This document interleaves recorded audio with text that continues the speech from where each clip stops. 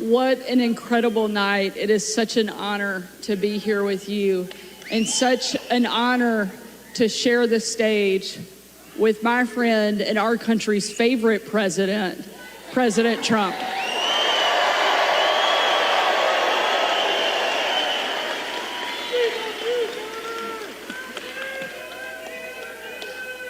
You know, the left has tried everything they can think of. They've tried to impeach this president. They've tried to throw him in jail.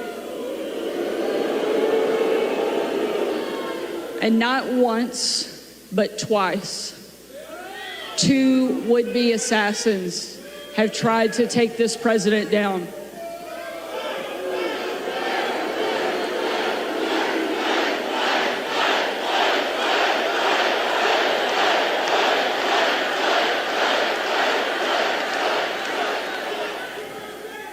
But we're here to let them in on a little secret.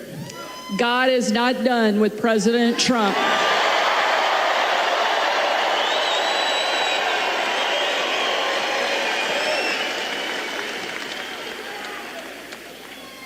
He's the toughest guy I know, and he's the fighter that our country so desperately needs right now. And because of each one of you, he's going to be back in the White House and win big in November.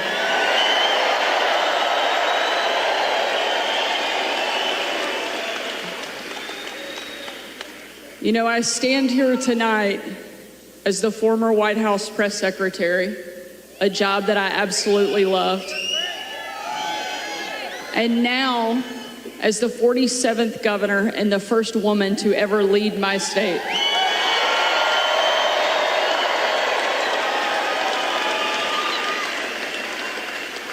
And while I'm incredibly proud of those things, the most important job I have, the greatest title I have, is that of being a mom. I have 3 kids.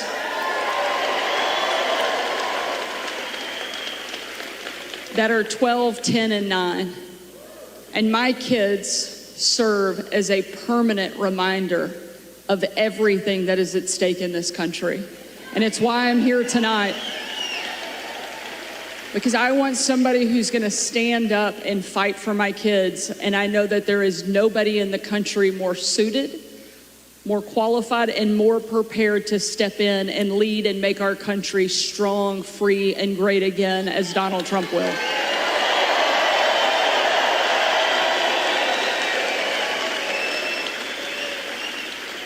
Not only do my kids serve as a permanent reminder of what's important, they also keep me humble.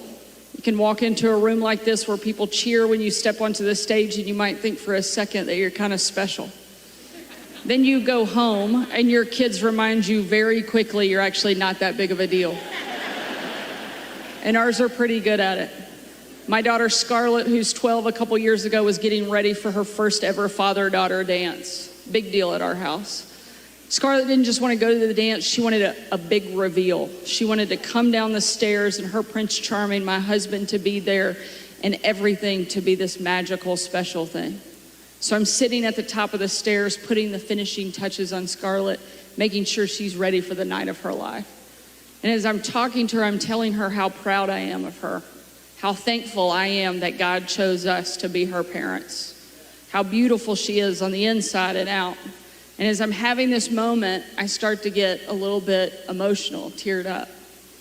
As my eyes fill with tears, my sweet daughter reaches up, pats my shoulder, and says, "It's okay, Mommy. One day you can be pretty too." So my kids keep me humble. Unfortunately, Kamala Harris doesn't have anything keeping her humble. You would think after 4 years of straight failure, she would know a little humility. Unfortunately, she doesn't. You would think after 4 years of wide open borders, skyrocketed inflation, and an embarrassment on the national stage, she would be held accountable for the failures of this administration, but she thinks she can walk away and get out of it. But we're not going to let her.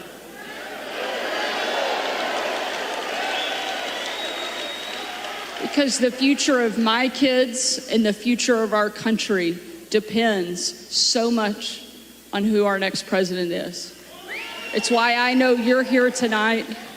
It's why it is so important that we show up in the biggest way possible and send a very clear message. We are finished with the failures of the Biden-Harris administration, and we're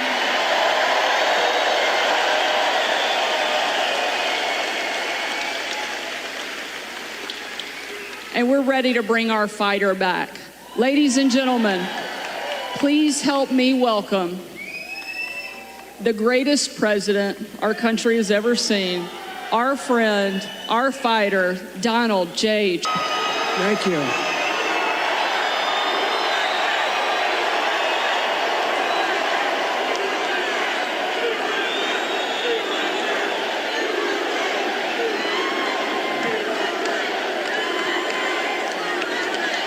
Oh, thank you very much. That's a lot of people for a town hall. Nobody's ever seen a town hall like this. You know, a town hall is supposed to have about 300 people. You have about 8,000 people here. And equally as important, you have about 8,000 people that are not here. They're walking away. But I think we have television outside, right? So they're watching from outside. Would anybody like to change places with them? I thought you were going to say that.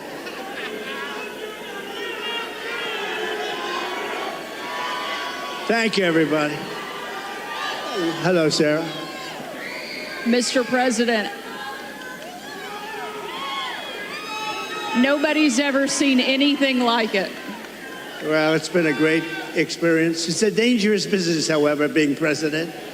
It's a little bit dangerous. It's, you know, they think race car driving is dangerous. No. They think bull riding, that's pretty scary, right? No. This is a dangerous business, and we have to keep it safe. Mr. President, I don't think there's a person, certainly in this room tonight, and probably anywhere in the country, that doesn't remember exactly where they were on July 13th, that Saturday, when a horrific thing happened, an attack not just on you, but what I see as an attack on our entire country. They have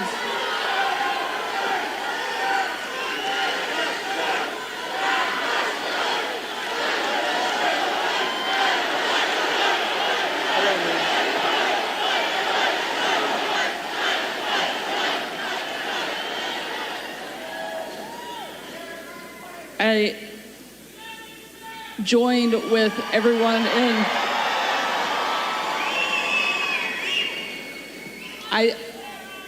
we know that you were tough.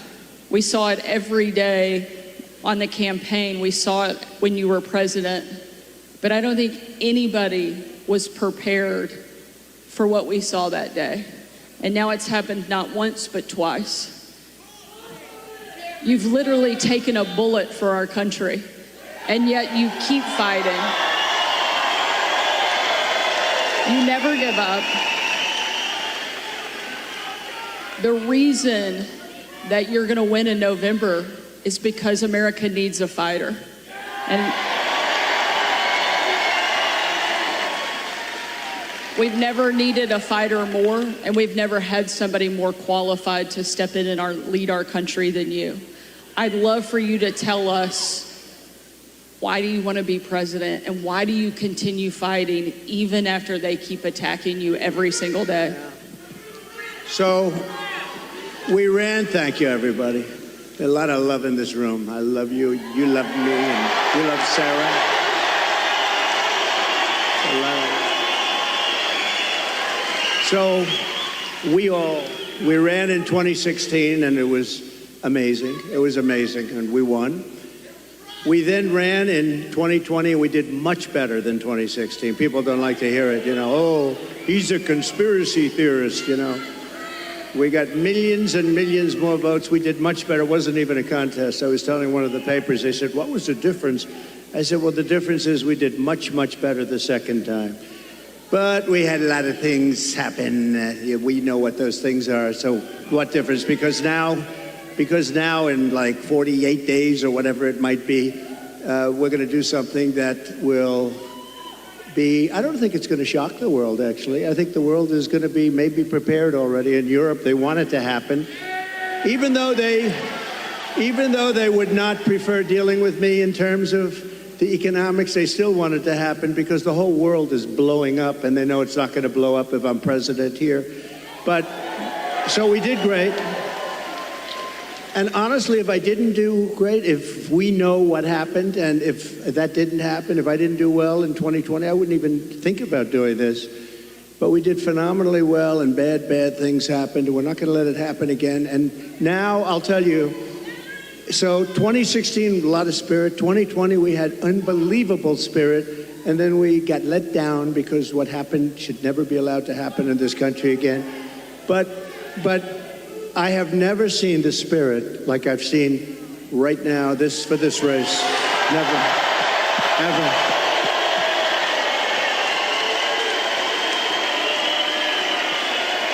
I've never seen anything like it. Never seen anything like it. It blows it away from 2016, from 2020. And basically, it's very simple. You're saying what? We're going to seal the border immediately. We're going to drill, baby, drill. You know, we're going to drill at a level. We're going to bring your energy prices down. We're going to try and get rid of a lot of that big lump of inflation that this administration has given us. And I have to say that President Biden called me yesterday. It was very nice. We had a very nice conversation. I appreciated that he called about, you know, what happened the other day. And he says, he's committed. He's committed. No, and today, a little while ago, I got a very nice call from Kamala. No, it was very nice. It was very nice.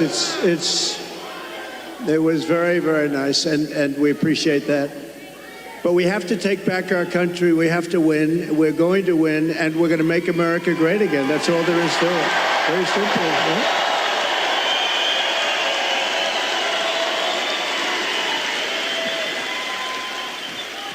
I think it's safe to say that this crowd will all be voting for you.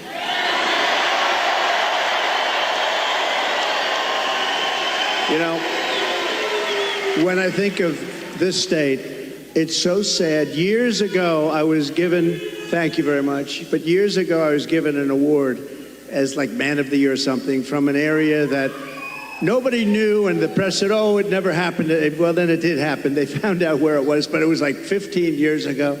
A beautiful area, but nobody remembered it. Nobody remembered it all. All of a sudden, like through a miracle, they found out it did exist, and it was there. And I had the speech, and the speech was, don't let them take your automobile industry away. They're taking your automobile industry away, and I don't know why you're doing it. Now, I wasn't a politician. I was an entrepreneur. I was a real estate developer, doing great, having a lot of fun, doing a much simpler life than this. Who would think that a developer's life is simple, but it's a lot simpler than this. But I said, don't let them do that, because here I am in Michigan, and I was getting an award, and I'm making a speech. I'm saying, what am I going to say? But I just watched Common Sense. I saw them leaving for Mexico, leaving for China. Do you know that right now, and they weren't building them with me, they weren't building anything in Mexico having to do with cars with me, because I said, if you build it, we're going to put a 200%, you're not going to sell one car into this country. But right now, they're building some of the largest auto plants anywhere in the world ever built. I have a friend that does that for a living, very good at it. He's the best, I think. And he's actually a contributor, a supporter, but he builds the plants. And I say, you know, I'd like to go see a plant, a really great auto plant. You know, it's amazing technology, amazing what they do, really incredible, the amount of automobiles they can produce and the size of these things. I'd like to see a real modern plant. And he's the one that does them. And I said, so where would we go? I was hoping he'd say Detroit or someplace up here. But anywhere in this country, I'll take anywhere in this country, right? So will you, my greatest guy right over here. Stand up, will you, please? He's such a great guy. Oh, hi, everybody. We're going to bring him back. We're going to bring him back. We're not just going to keep, you know, you're losing your jobs, the whole thing, but just So they're building. So I said, where would I go? And let's go take a look at a beauty. He said, well, we'll have to go to Mexico. I said, wait a minute, I'm not interested. No, I want to know here. He said, here we don't build top of the line. We build smaller plants. We just, there's just not that kind of a thing. And I said, isn't it sad? He feels that too. He's a United States guy. But he said, if you want to see the big ones, you're going to have to go to Mexico. They're owned and built by China in Mexico. And there are a number of them going up right now. And they think they're going to make their cars there, and they're going to sell them across our line, and we're going to take them, and we're not going to charge them tax. We're going to charge them, I'm telling you right now, I'm putting a 200% tariff on, which means they're unsellable. Unsellable in the United States. And then you wonder why it gets shot at, right? Only consequential presidents get shot at.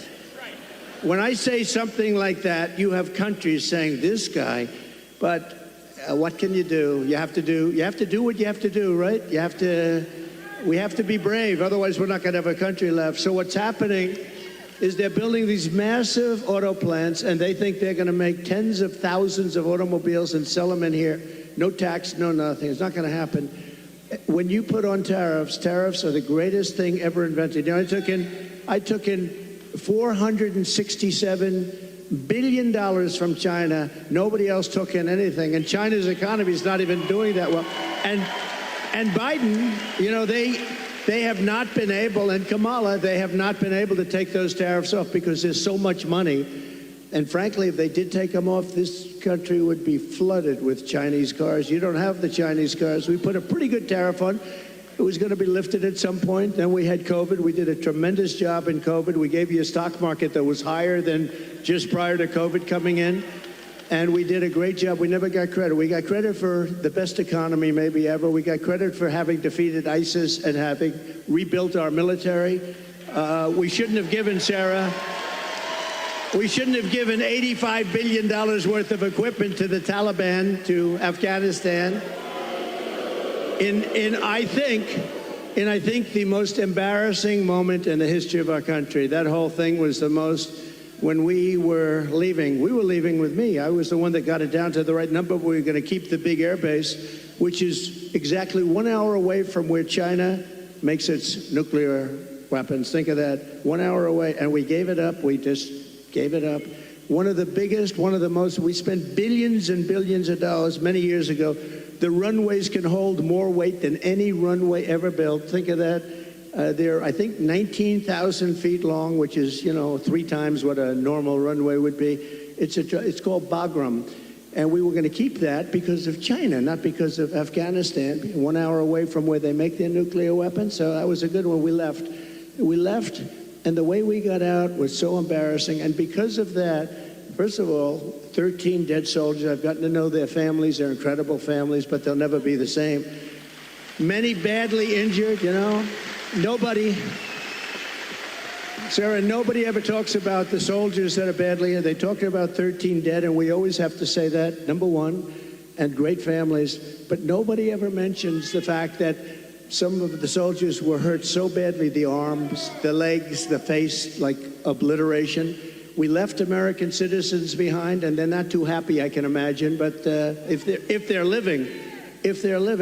And we also gave them $85 billion worth of the best military equipment, all beautiful, brand new, between the goggles and the planes and the armor-plated cars.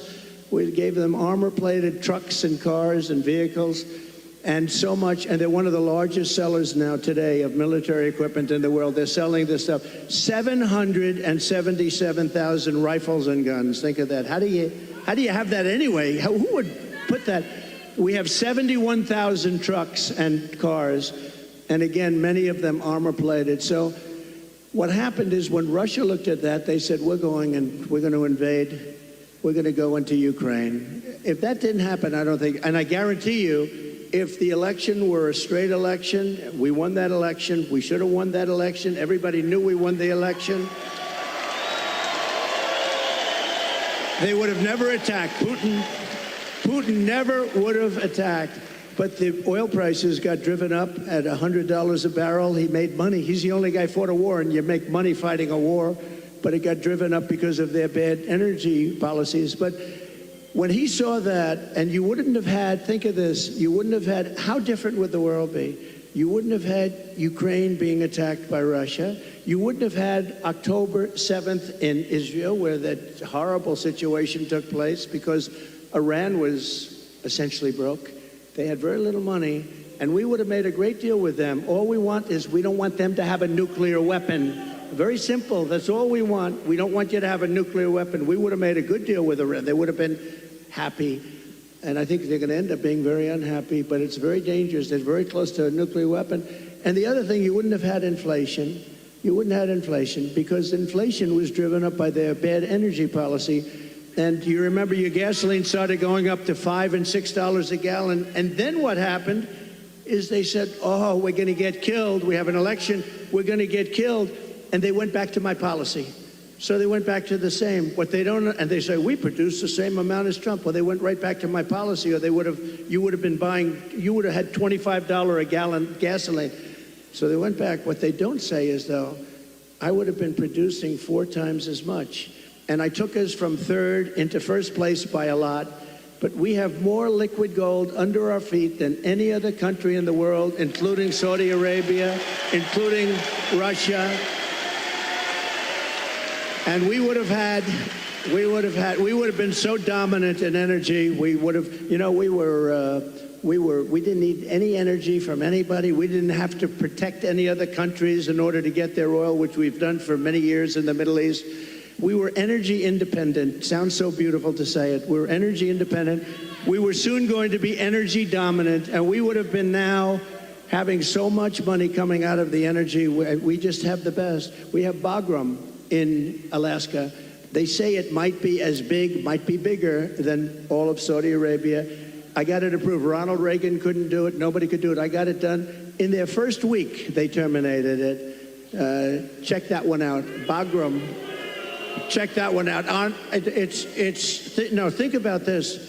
Between Bagram, you go to Anwar, you take a look at the kind of things that we've given up. We should have that air base. We should have that oil. We would have had a whole different country.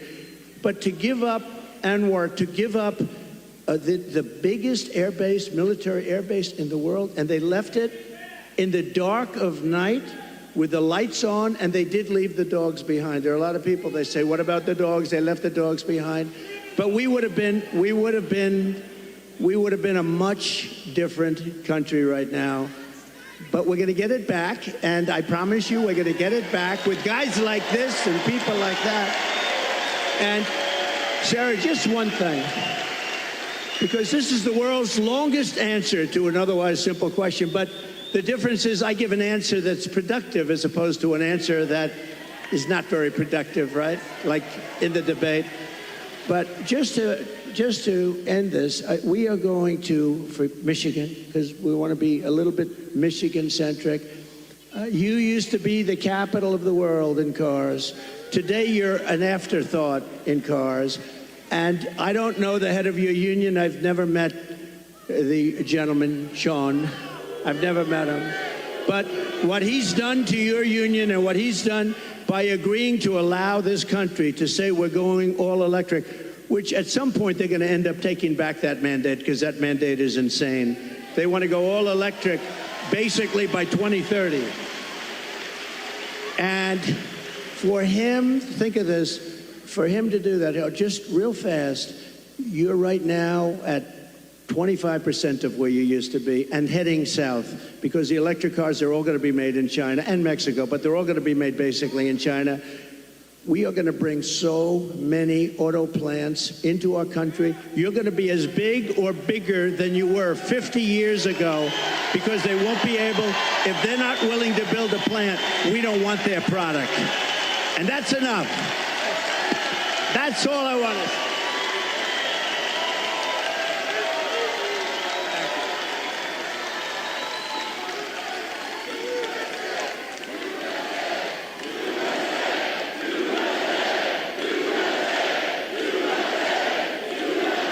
And it'll happen fast. It'll happen very fast. I think it's safe to say that Michigan is happy that you're going to be president again.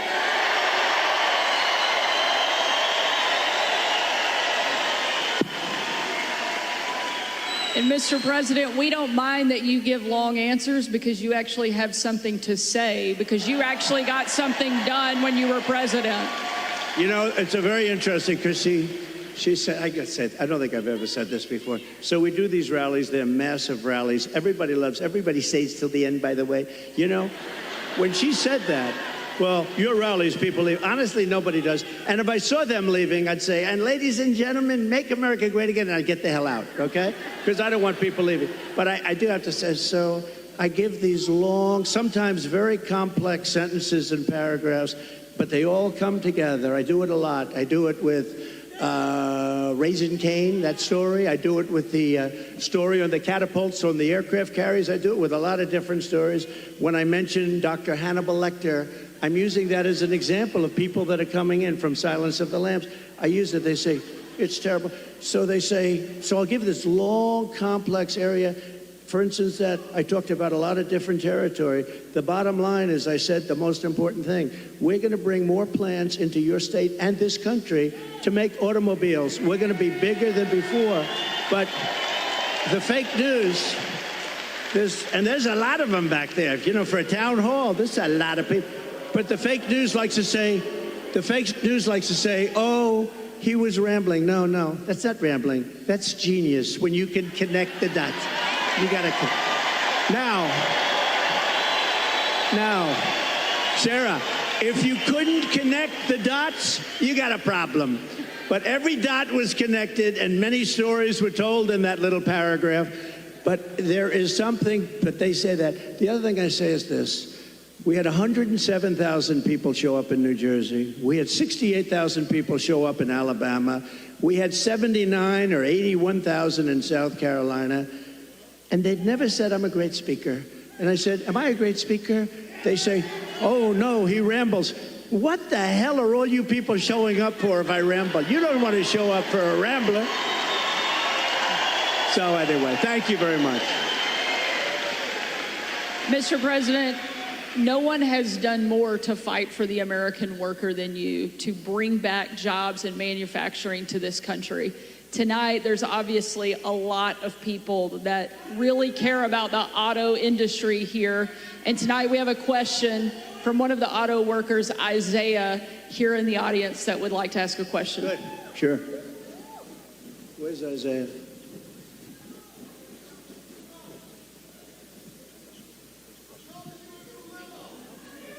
Thank you. Thank you very much. Thank you. We'll build a brand new beast. We're going to build a beast right here. Thank you. Thank you very much. Thank you. Thank you. Yes, sir. Thank you, Mr. President, for having us here tonight. I just want to let you know that I've attended one of your rallies. I did not leave early, and I did not fall asleep. Just want to let you know that, sir. I did not do it. I did not do it. I didn't see anybody else doing it either, sir. My name is Isaiah. I'm a third-generation UAW worker, working hard to build trucks here in America. Yes, yes. Get ready. You're going to be doing plenty of it. Thank you, sir. Thank you, sir. I work for Ford, and you actually came and visited the plant that I work at. That's right. You did.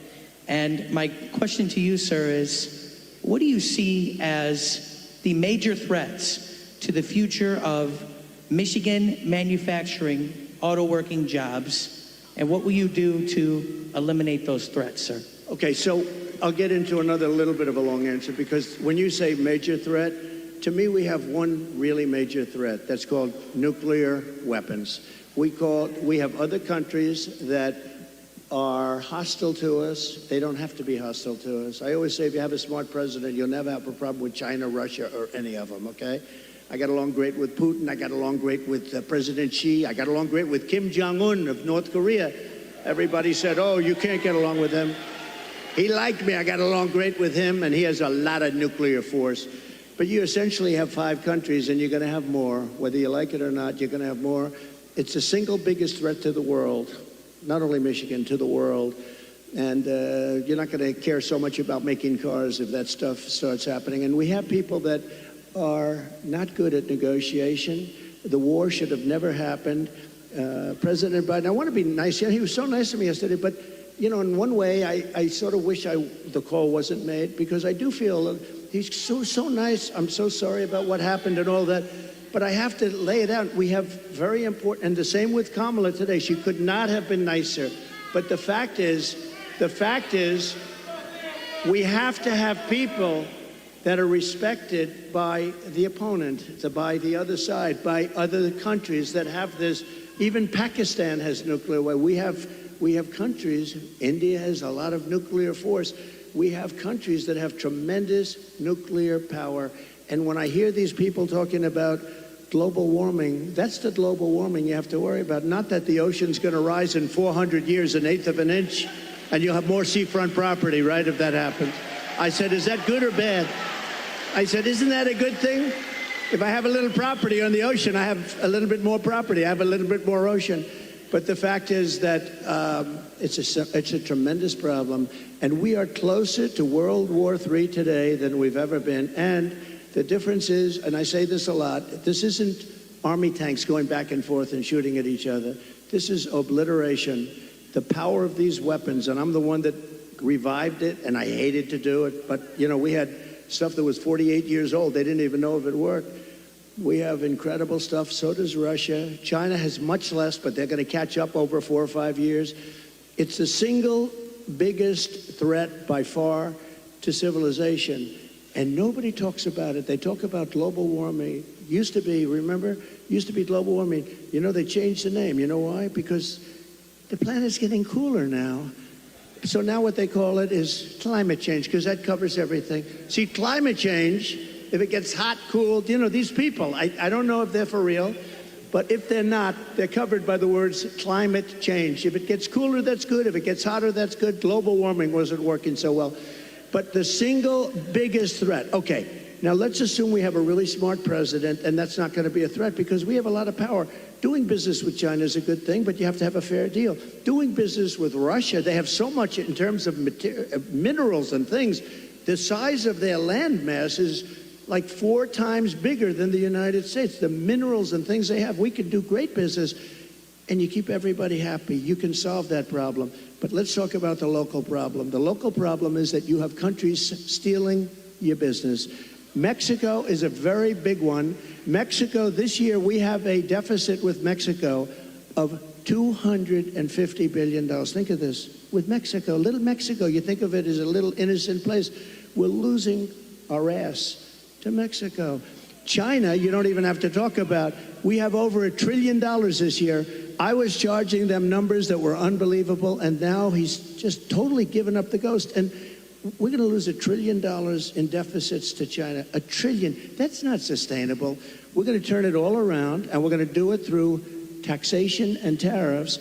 It will be done in 24 hours, and it'll change the whole planet. Just so you know, Sarah, China became powerful because they charge. They don't call them tariffs. They call it a tax. They don't call it tariffs. The word tariff is a beautiful word to me, but to a lot of people that don't understand, it's not a beautiful word, because you have a lot of people that are paid off by these countries. They're taking care of these countries, and they don't care about destroying the United States. They want millions of dollars in fees and consultation, but we will, literally in a period of 24 hours, we can change the whole trading of the whole world. They've taken advantage of our country for years. I stopped it. I stopped so much of it. And then we had a focus on COVID, which a lot of people said was put in there for a reason. You know, it came out of the Wuhan lab, which I said right from the beginning, all of you know. It didn't come out of a cave. They said a cave. It didn't come from France. They blamed France. They blamed, I call it the China virus because I like to be accurate, you know. They call it the Spanish flu. They call it all different names when something comes from a country, except for China. We have to call it COVID. What the hell does COVID mean? The China virus. And a lot of people think they did that because they were not happy with me as president. I actually had a great relationship with President Xi. And in his own way, he probably liked me the most, but maybe or maybe not. I saw that Putin the other day endorsed Kamala. And you have to understand, these are major chess players. So when he endorses Kamala, he may say, well, I did that because I love you and it's better to be doing it. So who knows? But he endorsed Kamala, which is a little unusual. I was watching, I said, that's interesting. I think that's a good thing, isn't it? It really is. But look, we have to turn it around, and we can. We're going to have a reciprocal trade tax. We're going to have so if China charges 152%, which they do in a car, if we sell a car made here into China, which you don't do because the tax is too high, they say to all your companies and to others, and to Elon Musk, who gave us, he is a great guy. He gave me the strongest endorsement, and he's a really wonderful guy. But they say to him, we don't want your car unless you build your plant in China. And there's nothing wrong with saying that. That's smart people say that. We haven't said it for many years. I said it. We have a lot of plants going up with Apple and other things. I said, you got to build plants. You don't build plants here, we're going to put the tariffs on your products coming in from China. So we can do it quickly, but we're going to have what's called the Reciprocal Trade Act. Now, I dealt with a senator, a very good senator, actually, but he knows nothing about trade. I said, here's what I want to do, Senator. I want to take the reciprocal trade. If they charge us 100%, we charge them 100%. He said, you mean they charge us, we charge them? You got me. How simple could it be? It was sort of cool because he doesn't care. He's a senator, doesn't care about trade, but you know. So we're going to call it the Trump Reciprocal Trade Act, or I'll leave the name Trump off as long as we do it. So when India, which is a very big abuser, he happens to be coming to meet me next week, and Modi, he's fantastic. I mean, fantastic man. A lot of these leaders are fantastic. You have to understand one thing. They're 100%. These people are the sharpest people. They're not a little bit backward. They are at the top. You know the expression, they're at the top of their game, and they use it against us.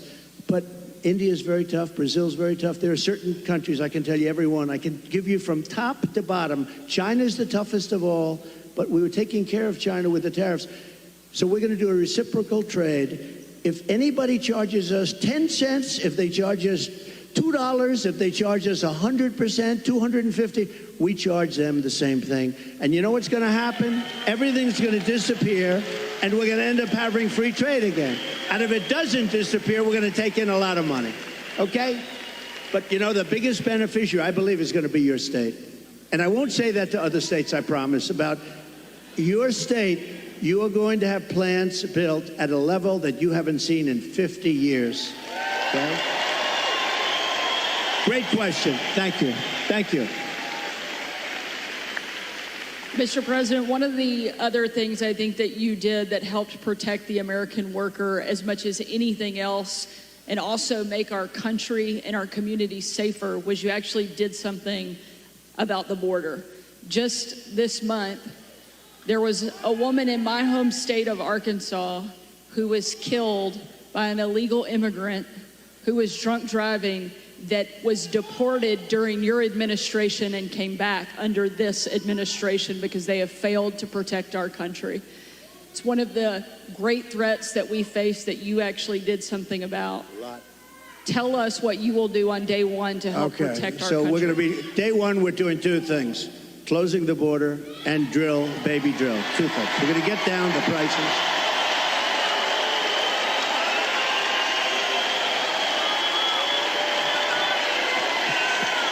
Thank you.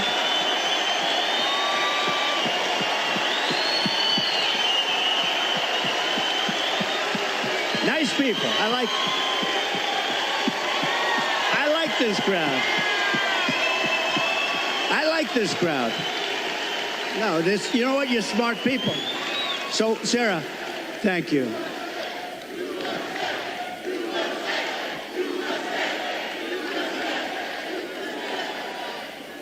So, over the last couple of years, I've been talking about the border. I got elected in 2016 because of the border, but that border was peanuts compared to what this border is. That border was like a safe border compared. And I did it. I did a great job. And it also includes drugs, came to a much lower. Look, unless you have the death penalty for drug dealers, you'll never get rid of the drug problem. Put that through your head, okay? Put that through your head. And I don't know if our country's ready for it. When I was with President Xi, and again, until COVID, I had a great relationship. Once that happened, I really didn't want a relationship because $60 trillion, millions of dead people all over the world. I was not exactly thrilled with him. But before that, I had a great relationship. And I said, do you have a drug problem? No, we have no drug problem. Oh, how come? Death penalty, immediate. I said, what does that mean, immediate? Immediate, we have what's called a quick trial. You know what a quick trial is? Like in one day, the trial is over. Over here, it'll be 25 years. They'll get some nice liberal lawyer, and they'll have it tied up for 25 years. The guy dies of old age. So, but they have a death penalty. In Singapore, they have a death penalty. In a lot of countries, they have a death penalty. You sell drugs, because the average drug dealer kills during his or her life 500 people. The average one. The big ones, much more. But when you hear that, when people start to hear that, and I set up blue ribbon committees, I put, nice people, dilettantes from New York and from Los Angeles, people that know nothing about drugs, and they're dealing with very smart people. These dealers are smart as hell, they're tough as hell, and they make a fortune. They make a fortune. And if you don't have the death penalty for drug dealers, you're just wasting your time. Now, we can keep it down, and we can do better than we're doing now, and a lot better than we're doing now, because what's happening now is out of control. But we had the lowest human trafficking, mostly in women, I hate to say, mostly in women, but we had the lowest human trafficking in 32 years. You know my favorite chart, the chart I put down, when I look to the right, that'll be my all-time favorite chart in history. That was basically a chart showing what a good job I did on immigration. But even if it showed I did a bad job on immigration, it will be my all-time favorite chart, because I wouldn't be here right now if I didn't look over. Let me see that. That was not good. My all-time favorite chart. Blue, yellow, red. It was beautiful. Oh, there it is. There it is. There, that was good. These guys are very good back. That's a good. The interesting thing, it's always on my left. It's at rallies. It's always on my list. I only do it about 15, maybe 20% of the time, so I don't do it much. And it's always at the end of a speech. But it's always here. For some reason, they dropped it here. It was at the beginning of the speech, the very beginning couple of sentences. And I turned like a deer bolting, I guess, right? They say good hunters say this. Every once in a while, a deer will bolt prior to the shot.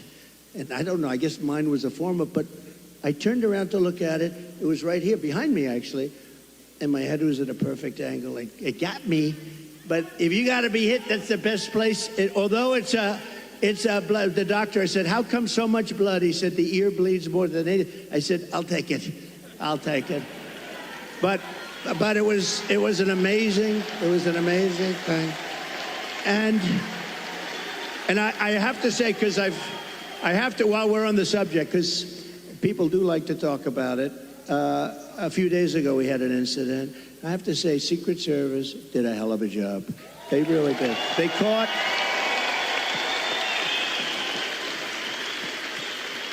one of the gentlemen one of the agents was walking a couple of holes in front, and he saw a rifle, AK-47. That's serious stuff, right? You know more about that. My sons know more about this stuff.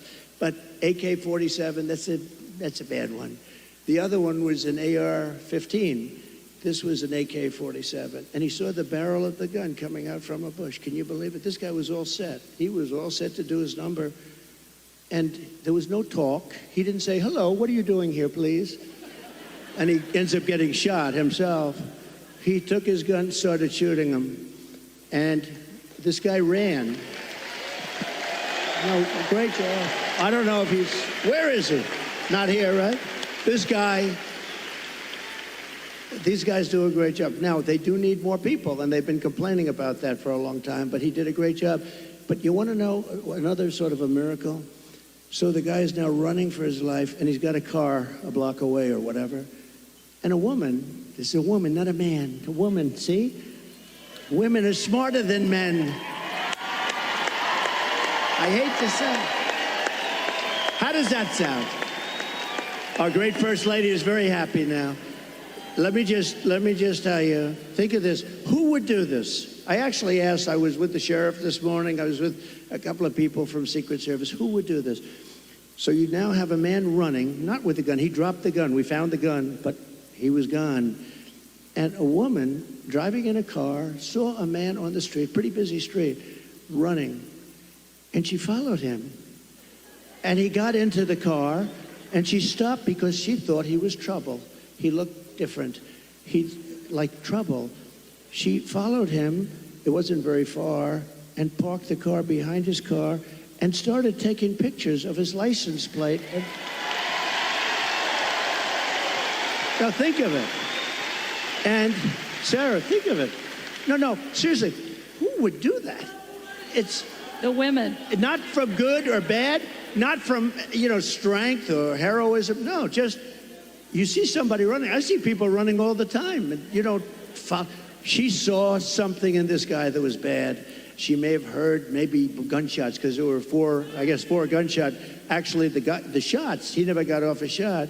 The shots were from Secret Service. But think of it. Who would do this?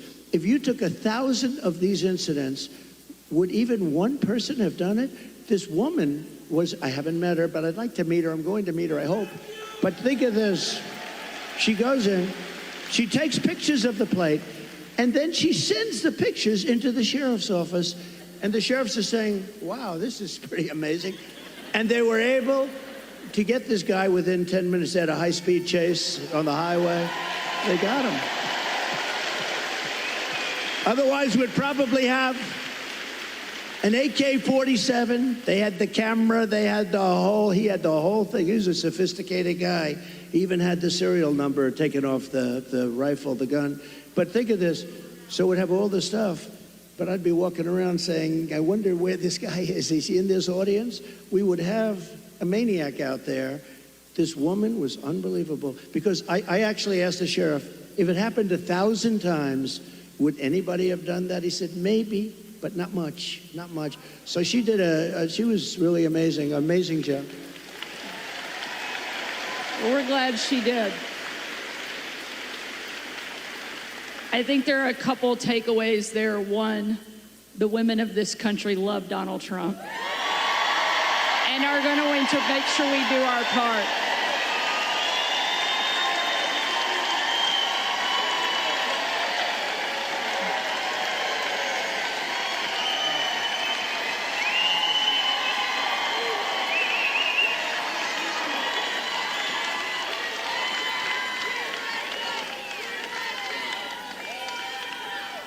And I think one of the other things that we all know in this room certainly is that God is not finished with you and he has big plans.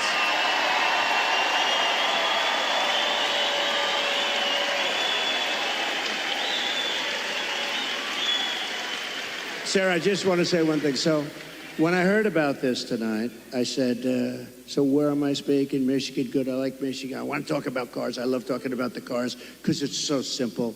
It's so ridiculous that this is happening. You don't want the electric. You do want electric cars, 7%, 8%. Elon makes a great product. But you know what? And I've driven. His car is incredible. Other cars are incredible. But you have a little thing. But you want to have gasoline-propelled cars. You want to have hybrids. You want to have all sorts. They say a new one is going to be hydrogen. Who the hell knows? They said it has a slight problem. It blows up. And if you're in the car, that could be a little problem. But you want to be able to have whatever it is, whatever the market is and all that stuff. But they said, sir, you're having a town hall tonight. And I said, a town hall? What the hell? They want a rally. They don't want a town hall. Town hall? And I said, so who is the host? Because host or hostess. And they said, Sarah Huckabee Sanders. And I said, oh, that's good.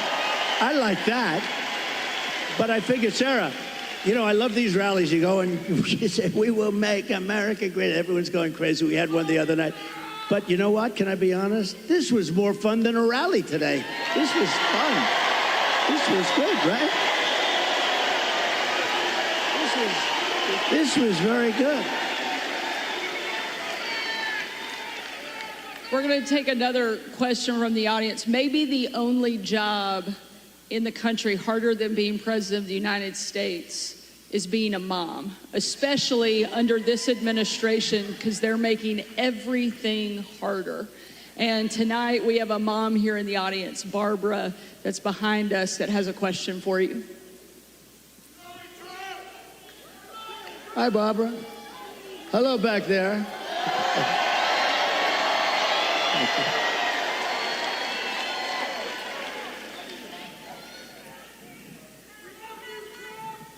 Good Hi. evening. Good evening, President Trump. Thank you. you for taking our question. Thank you. My name is Barbara.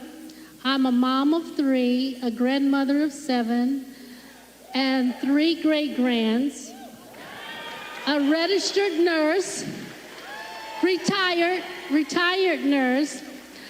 So I know the cost that goes into raising children and running a household. Yeah. People just can't survive now.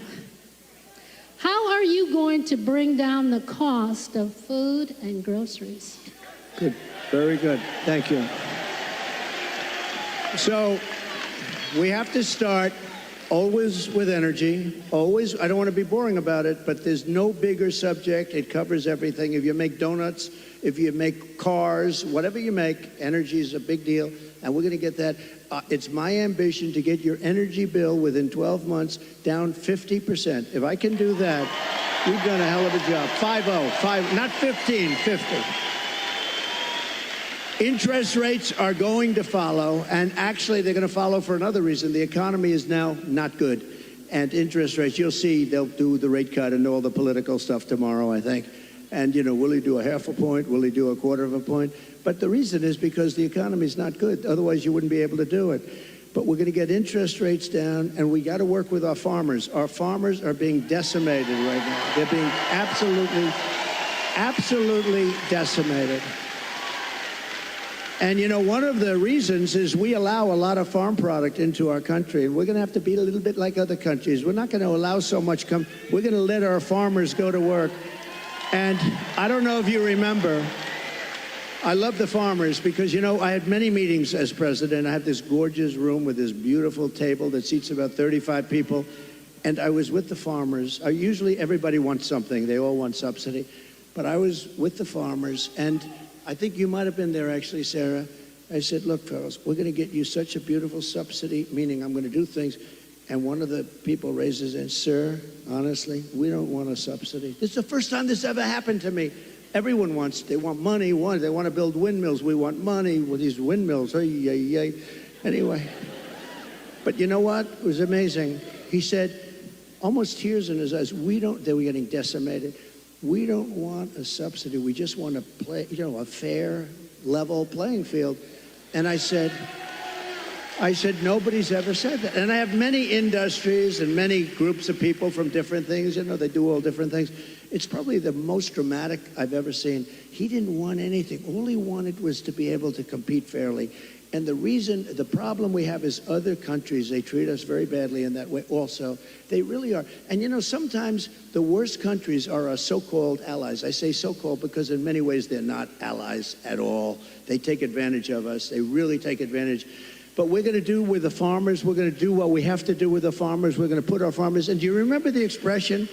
When I was negotiating with China, China said, well, we're not going to deal with this because they never had anybody negotiate. They did whatever they want. They just took us like, you know, for a bunch of suckers. But I told the farmers it's going to be very good negotiators. You're going to suffer for 6 months, and then they're going to fold. And that's exactly what happened. They folded, and they agreed to buy $50 billion. You know, you might have heard the story. I said, how much? I went to the Secretary of Agriculture. How much did they buy? He said 15. I thought he said 50. So when they're ready to make a deal at 15 billion, I said, no, I want 50. That's what they've been buying. He said, no, it's 15. I said, you said 50. And he said, no, we said 15. I said, that's okay. Ask for 50 anyway. And we got it. We got it. And they buy a lot of our product. But so we're going to, it's just a great interest rates, energy, and common sense. A lot of it's common sense. Everything. You know, I like to say, we're the party of common sense. We want to have a strong border. How about we want a strong, you know, all of a sudden, they've changed. They didn't want any border. They said walls don't work. Two things work. What are the two things? Wheels and walls. You know, if I do, there's a gorgeous computer down here. In about 2 weeks, it's going to be obsolete. A friend of mine is in that business. He hates it. He said, we come up with a new model, and it's the greatest. About 3.5 weeks later, the damn thing's totally obsolete. The only thing that never gets obsolete is a wall and a wheel. And the wall is what we're talking about now. And, you know, we built hundreds of miles of wall. We then added more than I ever said I was going to do. And then we had that bad election result, that disgusting result. And they never put it up. You know what they did with it? They sold it for 5 cents, and it was expensive wall. It was exactly what the Border Patrol wanted, with the anti-climb plate on top, which I always hated because I didn't like the look of it. But, you know, they demonstrated it. We had mountain climbers and a couple of drug climbers, too. These guys are amazing. They put 100 pounds of drugs on the back, and they go up the wall like it's nothing. But they couldn't get over the plate. So all of a sudden I said, okay, I'll put the plate on. I didn't like it. I liked it better without the plate, but it didn't work quite as well. So this is what we did. We had it. We had the best. We had a thing called Remain in Mexico. You don't have to be a genius to know. Remain in Mexico is a very good thing. And you think that was easy to get. I think Tijuana, Mexico was probably the fastest growing city in the history of the world. Okay, they had hundreds of thousands. They couldn't come in. When they got in, they let everybody pour into our country. The border, just to finish with the border, when I talk about energy, to me it's exciting, but to a lot of people it's not. But it gets exciting because we'll bring down your costs, all that. But what people want to hear, and I believe when I got elected, I believe it was the border that was the biggest thing, and I fixed it, and I did a great job. And I wanted to mention it in 2020, and my people would say, sir, nobody cares about the border. They don't care because I had it fixed. Now I got to fix it again. I believe the border is of the greatest interest. When you look at what's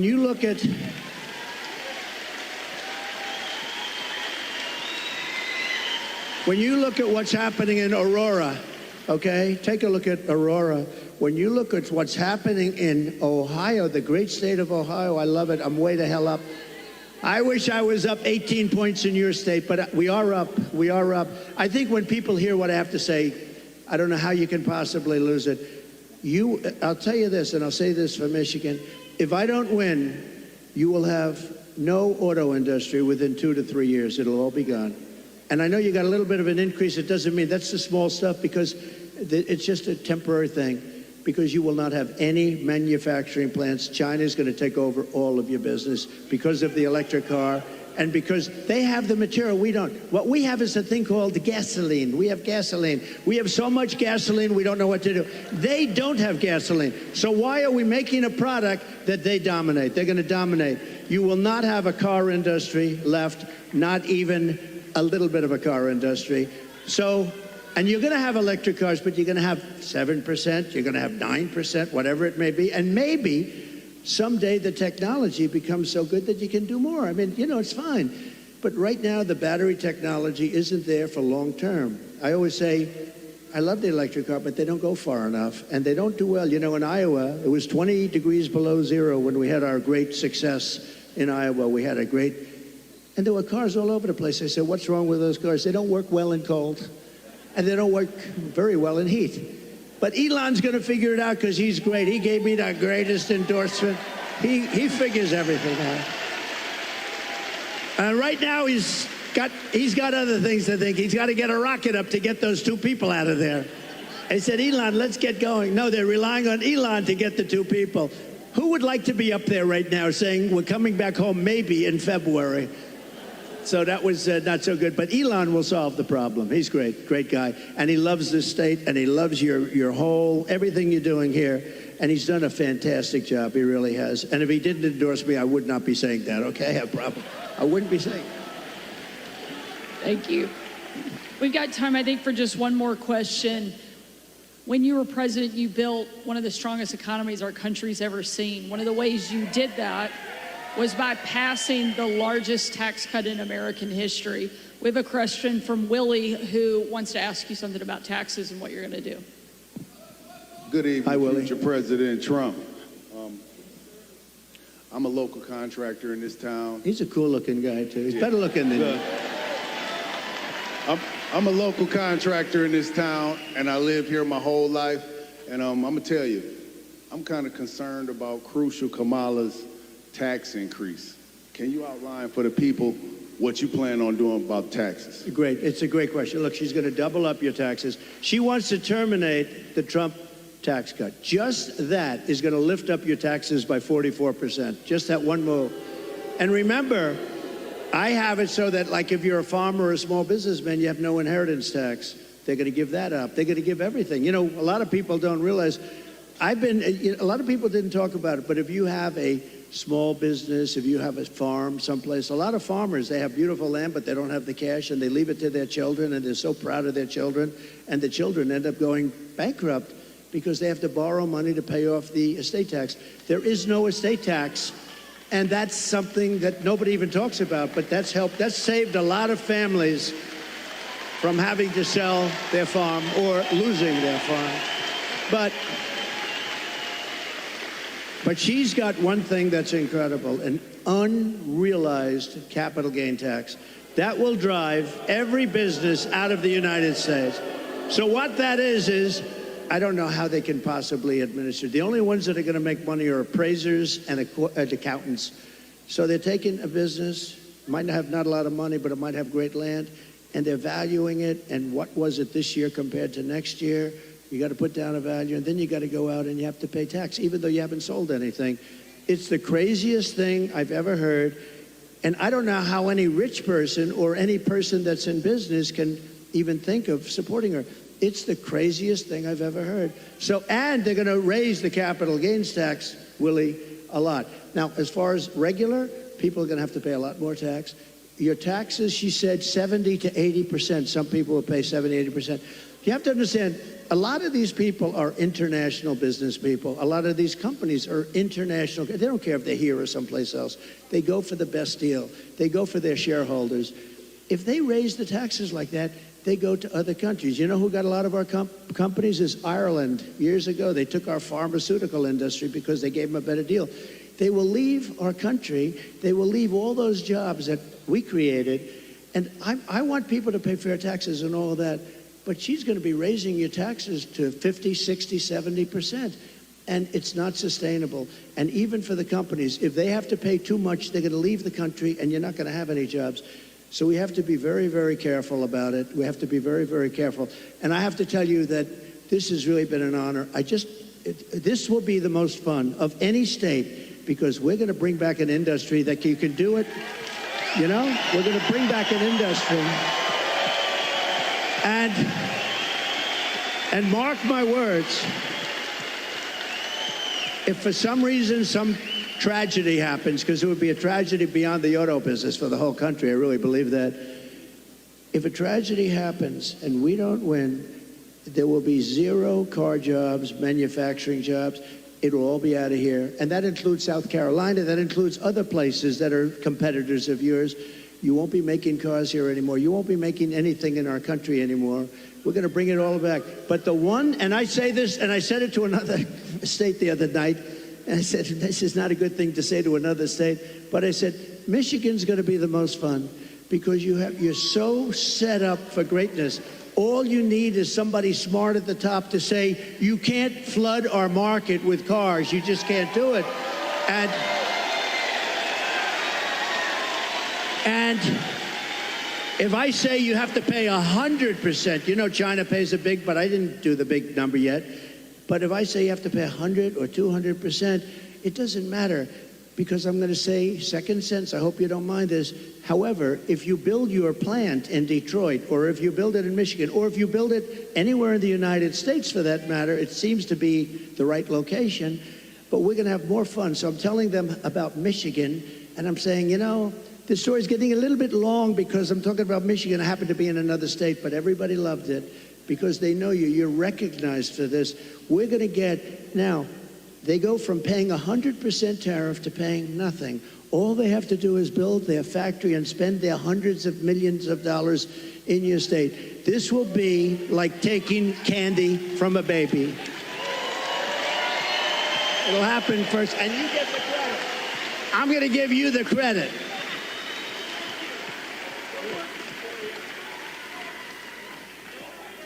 Well, I don't think there's any question that America was better off under Donald Trump. And we know that it's going to be even better the second time around.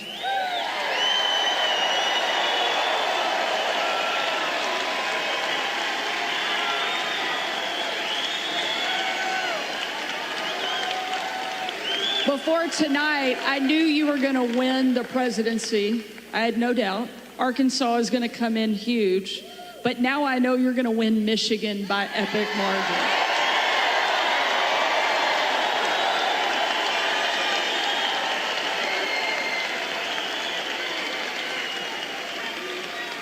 Ladies and gentlemen, we need you to show up.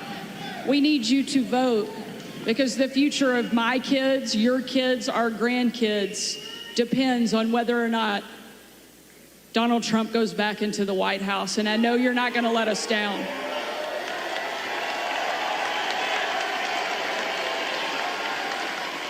More importantly, I know President Trump is not going to let us down, because he's shown us time and time again that no matter what comes at him, no matter what the left throws at him, he's going to get back up and keep fighting for this country that he loves so much. Thank you, Mr. President. Thank you, Sarah. Thank you, Sarah.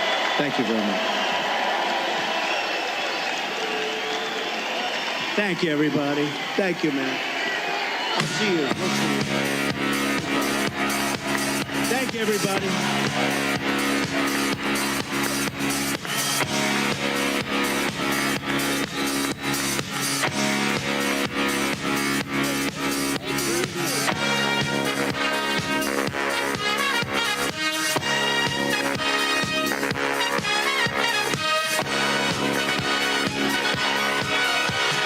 Young man, there's no need to feel down. I said, young man, pick yourself off the ground. I said, young man, cause you're in a new town. There's no need to be unhappy. Young man, there's a place you can go. I said, young man, when you're short on your dough, you can stay there. And I'm sure you will find